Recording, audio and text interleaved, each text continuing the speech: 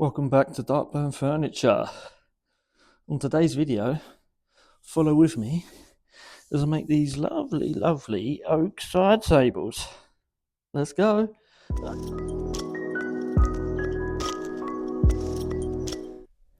So, welcome back to another episode. As you see here, I'm starting out on SketchUp. I've been putting the hours in on SketchUp, getting a little bit better. So, yeah. Today I'm doing two side tables, oak of course, but with a grey stain. It comes out really nice actually. So, yeah. You might have seen on my socials I've got a chest of drawers. These are to match them. Yeah, so once the drawing's done, all confirmed, I've made myself a cutting list. My shop is actually big enough to. One thing I really wanted was make it big enough so I can cut 8x4 sheets. I can run them down. Not the easiest in that shop, and especially with the guide on that, the fence on that saw. It's quite short, so I'm going to get an extender, so make it a bit easier. First port of call is to go through my stock. I've got a lot of oak MDF back in, but first things first is the ply. And what you're thinking, ply? But it will become clear. You see me struggle there? Bush. Yeah, so once I've moved the table, I can pretty much get it, so I've just got enough room. So I start out like I usually do, cutting it into manageable lengths and sizes.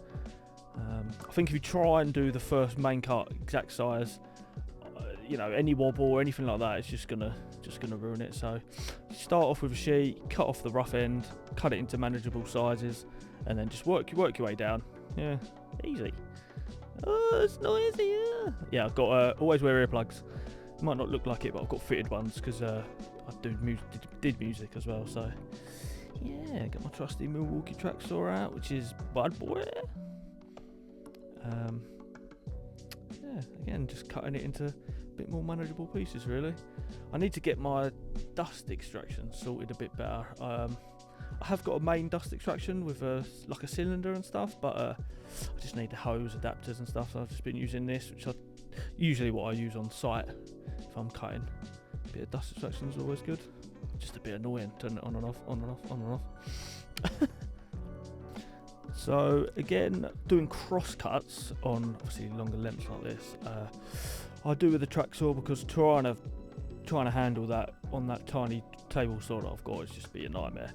If it was like a massive panel saw, which I've used before or I worked before, it'd be a lot easier. But yeah, again, just working my way through, cutting everything down, keeping to the list, and yeah. So, I had the Walt one. The Brad Nailer.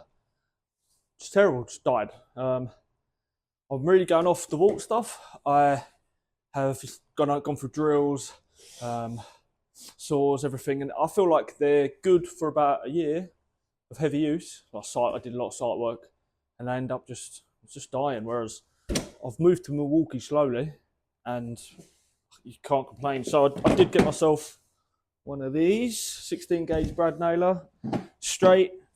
Yeah, so we'll see how this goes. I'm tempted to do like a tool review, maybe. I'll use it a bit, and yeah, I'll do like a review and see how it goes. Let's go. So if you think a tool review might be something you want to watch, swing me a comment. Let me know in the comments, all that jazz. So you might be wondering from the picture how on earth I'm using ply. So it will all make sense as we go, but essentially I'm just using glue and brad nails to keep everything intact. Then I will come back and put screws on, but just for now, just to make it easy, glues and nails just to get it in place. Make a box basically is what I'm doing, as you can see. And that nailer is really good. I don't know if it's the power. I don't know if it's just because it's new. You know when you get a new tool and it's all just like the honeymoon phase, but using it, you're like, oh gosh.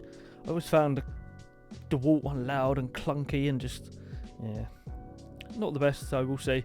I might do a review on that we'll see. Just shake things up a bit. But I'm just using glue along, nails in, keep it all nice and tight. Basically making a ply box. It's not rocket science. So eventually I could probably do with getting myself some the sort of corner clamps. Again, I'm just using what I've got and started out. I've always been used to just working with what I've got on site and just getting through it, whereas I'm trying to be a bit, the work I'm trying to do is a bit more fine, a bit more high end, so it'd be nice to get some better tools, but you know, it's a process in it. As time goes on, I will. Yeah, so pre-drill everything. I think if you don't pre-drill, especially on ply, you start putting screws in, it's gonna split and cause you problems. So always pre-drill. Oh look, pew! 2 of them. Bosh! Movie magic, you love it. Okay, right onto the cutting list. So we're gonna, now I've done the ply box, thumbs up, we're gonna start on the legs. And for that we're gonna be using Oak MDF. Could you have guessed it? And this is where the first issue arose. So on the drawing, everything looks proportionate, and I've got them proportions based off of the first chest of drawers I did for this customer. But actually, I found it didn't really work. The legs were going to be too wide and take up too much space. So I drew it out and made slight adjustments. And yeah, this is why I like doing things as you go. You can do everything, get every single thing cut, and hope for the best. But for me, it might just be me, but I do bits as I go along, and then I'm a bit more likely to see any issues.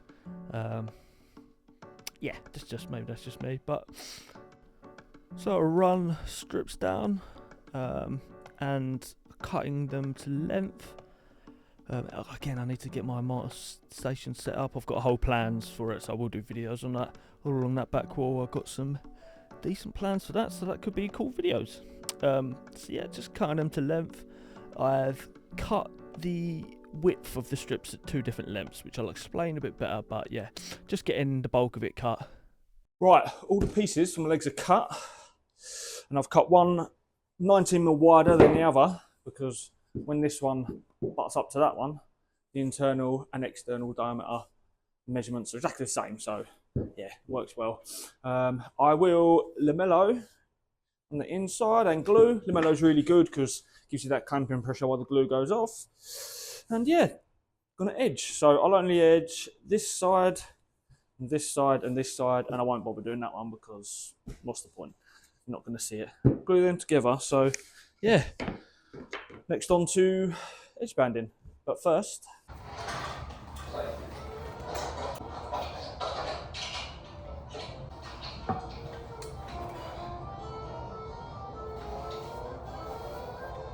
after that nice coffee break, we'll get back onto the edge banding. I have 1 million coffees a day, so yeah, I love my coffee. And also love Bourbon Moth woodworking.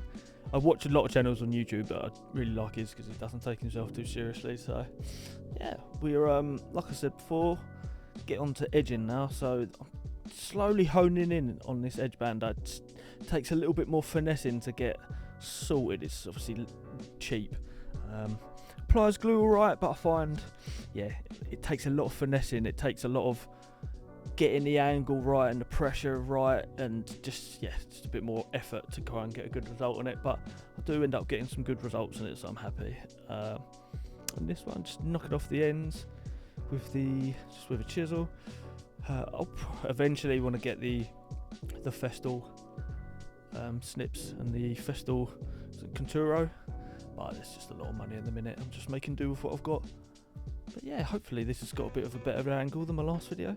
It's quite hard to get in there so you can see. But so the base sits on the workpiece, and the router's on the other side. It sort of sandwiches the excess off, and you sort of push, and it's good. It's good little method. I didn't come up with it. So another shout out to Christian at Crayfish Joinery. But yeah, getting these all cut up nice. Just a little 2mm round over bit with a bearing, and it just, instead of it being a flush sharp edge, it just makes it a nice, blends it in a bit better, makes a nice edge for it. I just sort of sandwiched it left and right, and butt it up against materials the same thickness, just to make it easier and give something for the base to ride on. The router does the majority of the work, and then I just go over to the sander, bit of sandpaper just to blend it in. So yeah, looks good. Yeah, so these are my components all cut out. One side cut out 19mm smaller than the other piece, which is the thickness of the material. So like I said before, it all works out the diameter. I label everything, just try and keep everything looking similar, because the grain can change up on you quite a bit. Just in my head, if I try and keep as neat as I go, just works out a bit better for me. So yeah, you're keeping that raw MDF edge pushed into the face of and to the side of the other one. I'm marking out now for my lamellos, and this is it. This is my trusty lamello. I say lamello, wink wink, nudge nudge. Yeah, dusty as hell. Before this I did try with it hooked up to my dust extraction. I don't know if it's just terrible design or I'm missing something, but it was just chucking out everywhere, so I sort of gave up. Dust mask and air purifier, and it was fine. It's probably not the best. There was MDF dust everywhere, but I sort of tidied that up as I go. Give it a hoover. Don't sweep anything. Just give it a hoover, and yeah, air purifier, and it seems to get rid of it pretty quick. So yeah, so you've seen me mark out and cut the mellows in. The mellows work by sort of a male and a female part. Male part in one, female part in the other bit, and they sort of just, the legs find their way in and it clips in. And yeah, good technology. And just the clamping, again, I can't remember what the clamping pressure is, but as soon as it clamps in, it's enough that you don't need actual physical clamps. It's just the pressure is enough, and it's just good to let that glue go off with it. So yeah, just push it in, and that's what you want to see. You want to see that squeeze out.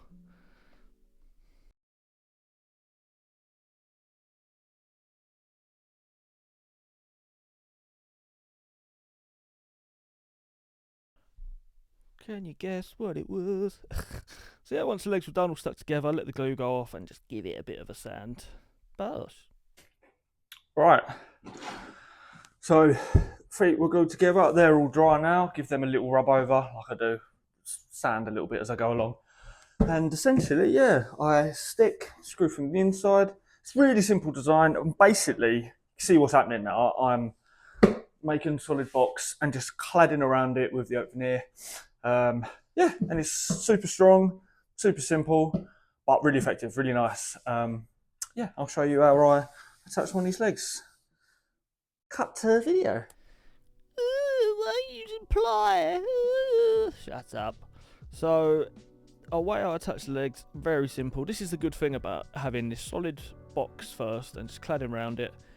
You can just put a bit of glue, put the things in place, and screw from the inside, because the inside is, you're never going to look in there because it's where the drawers are going to be. So yeah, I mean, obviously there's different ways of doing things, more ways to skin a cat.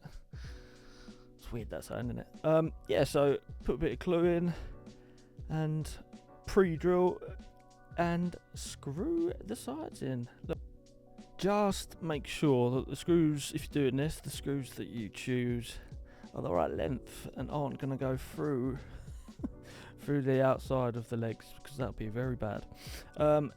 Just making sure that when I'm putting these legs on as well, the orientation is right, so the bulk is at the front and then the smaller pieces are at the side. You'll see as I turn it around. So when you're looking at it from the front or the back, you see one sort of piece.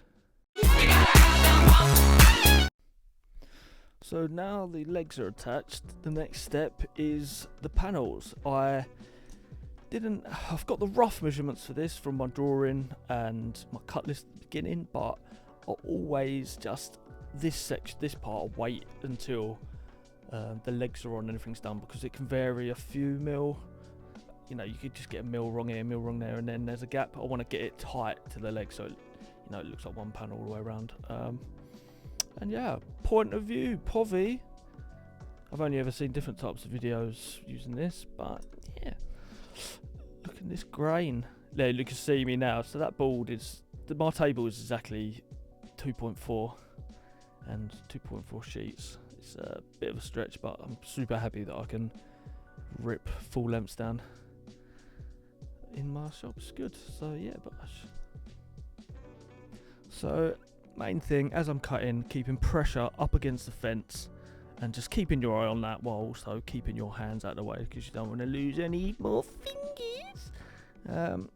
Yeah, rip cuts using the track saw, a couple of bits of timber underneath it just so I'm not digging into the workbench. Yeah, using that trusty Milwaukee.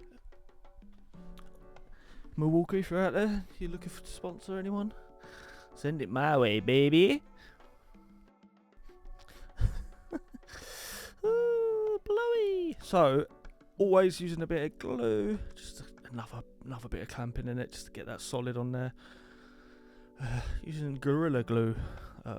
That tub's just lasted me forever, so yeah, it's good stuff, and it just creates such a solid bond. But yeah, next just put that panel on. I did a little chamfer on the inside edges just to help it go in because it were tight fits, and then get it in there, a couple of bits of scrap, and give it a bit of a whack, get them in there.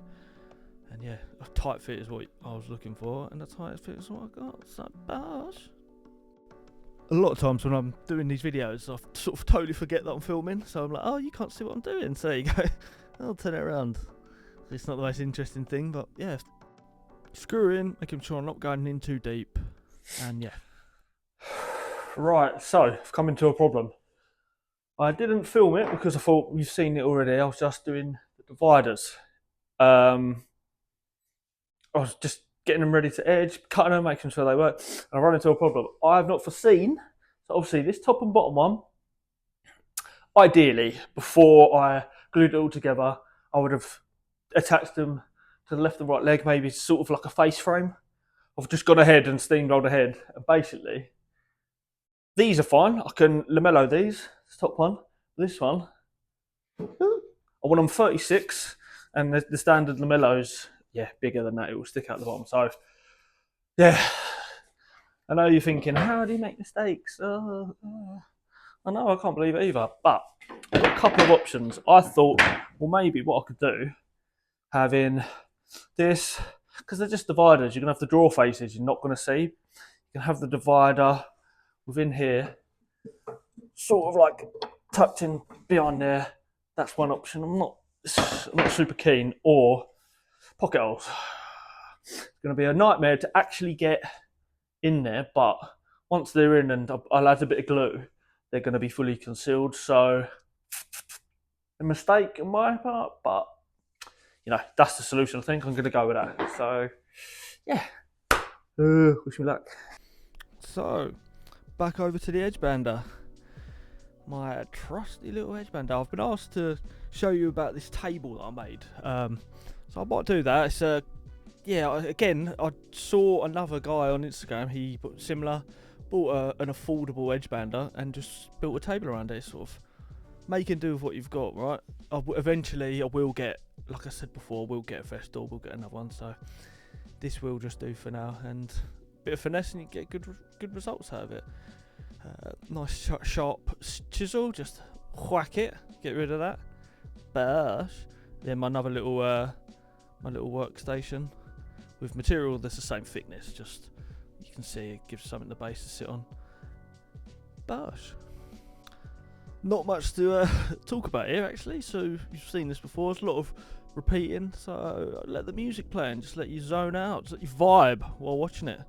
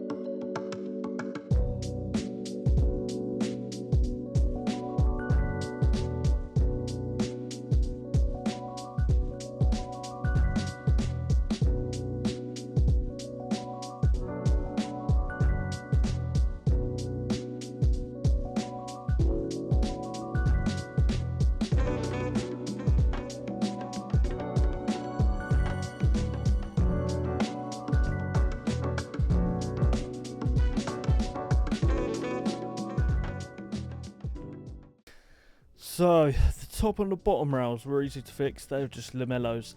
This middle one, where I'm having to use pocket screws, I created these two little jigs, basically perfect height, and also a little piece in front. So as anyone that's ever used pocket holes before, you know that they just want to go walkabouts.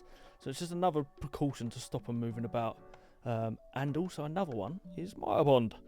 Love Mitre Bond. Get that in place, bit of Mitre Bond, and that can sort of just gives me all the chance of it not wanting to go walkabouts as I'm screwing them in. And yeah, this was awkward as hell. I've got a fat head and trying to get it in these jaw holes so I could see what I was doing was a mission. Crisis averted. Yeah, so lamello them in with a bit of glue. And yeah, they come out alright. So moral of the story is focus on what you're doing. Focus on what you're doing. Keep your eye on the prize, on the goal, and don't mess about with filming and stuff.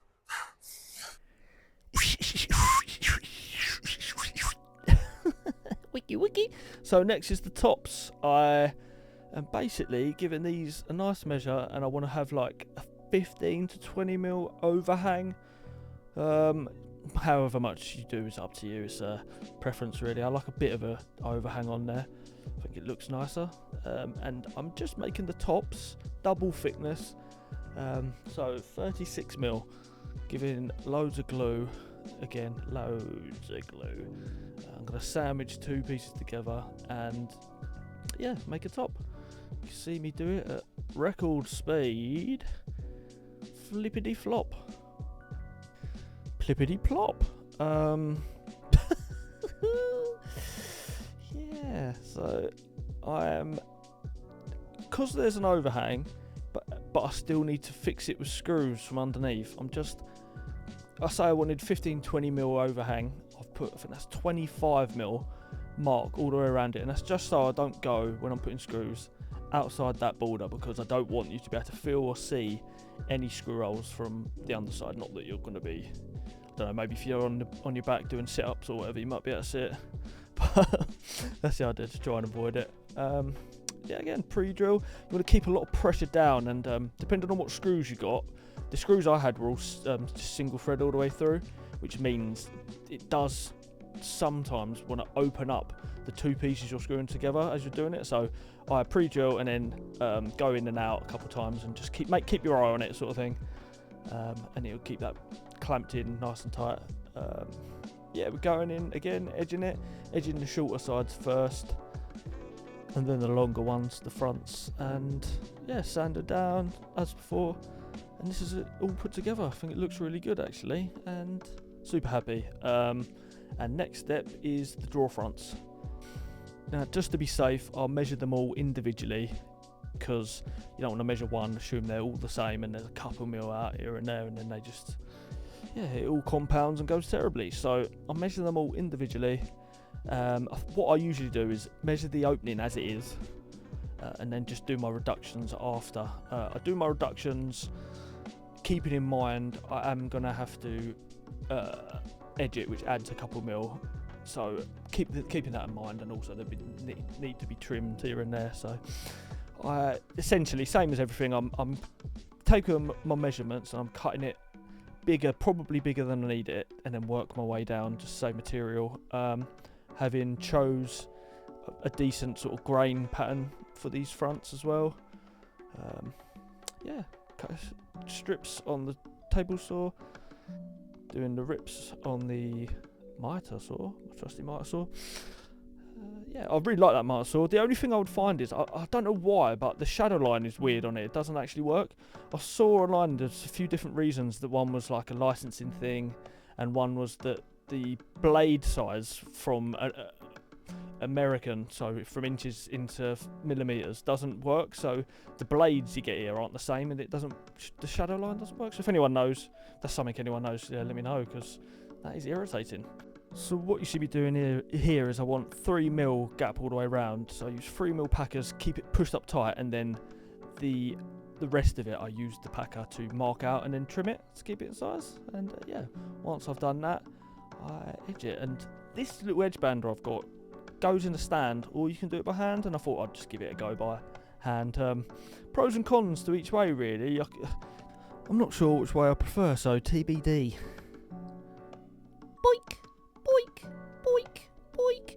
I've yeah, again, I'm not going to show you how I make drawer boxes. You've probably seen these videos a million times. I just made these ones out of ply, because although obviously the outside's oak, to keep it affordable, and also, you know, it's going to work because it's obviously a different grain type, different material type, but I'm going to stain it, and once it's all done together, it looks good, looks fine, and it just saves on a bit of material, a bit of money for the customer, sort of. I think if a customer's on a budget, there are ways to sort of keep it really nice and sort of save here and there without it being noticeable, and I don't think you can really notice here, and at the end you can tell me, I don't think you can. But yeah, packers to get it done this way. I thought I'd show you that because I've got access to the bottom drawer, if I take the top one out, I wedge it in place and screw from behind. This one, the top one, was a bit more trickier. Just sort of wedge it in place and push it out from behind, put a couple screws in loose, see how it is, and if it, you know, you've got slight measurements left, right, but it's just another way of doing it. It's without the miter bond, like I did in my last video. But yeah, I thought it'd come out really nice and works. Again, giving it a sand. Now what I do, right, I do 240 first, and then with a bit of sandpaper, which is 120, a bit rougher, I go in and just scratch in the grain direction, so the oil and the stain's got something to attach to. I got that advice from previous people I worked with, Ben at BL Fine Furniture, so yeah, shout out to him for that tip, and it works banging. Okay, so for these side tables, I'm using like a stain. It's called Fusion mineral oil, but stain and finish oil. I think this is driftwood, and I spilt a load on the floor, so this one's everywhere. But I'll show you how it goes, and yeah, have a look. So it's just like everything else, any other oil, you just get a little bit on. I love using these sort of scourers. They're really cheap, rough side, soft side. You know, you don't need much. Rub it in, go all around the sides first. A little bit off. And what this does, it gets right in the grains. This Fusion stuff, and I've seen a couple of different tints, and yeah, it's similar. It works to oil, but it gets right in the grain and accentuates all that pattern. It's lovely. So get in there with the soft, and then get the scour first. Proper, I want to scratch that into the grain. Over to that. All right, get a bit on there. See where they look. Doesn't smell as nice as Osmo, but it looks amazing. Get that in there. Rub-a-dub-dub.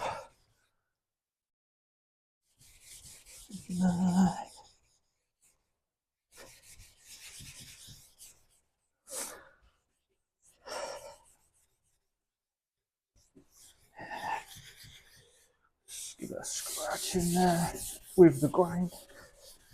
Give it a scratch. Right. And then it says you can leave it sort of 10-15 minutes, but I think wipe it off straight away, and then it leaves a little bit of residue on the surface, but it still leaves it within the grain. It leaves it dark. Look at that.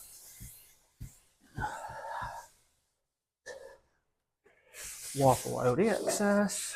I mean, maybe wear gloves. Thing is, I'm a geezer, so I ain't gonna worry about that. Or I'm just stupid and didn't buy gloves. But yeah, that very simple to put on. And look how nice that looks. Hey, looks banging. Darkens the wood, grey tints within the grain, and really effective. Lush.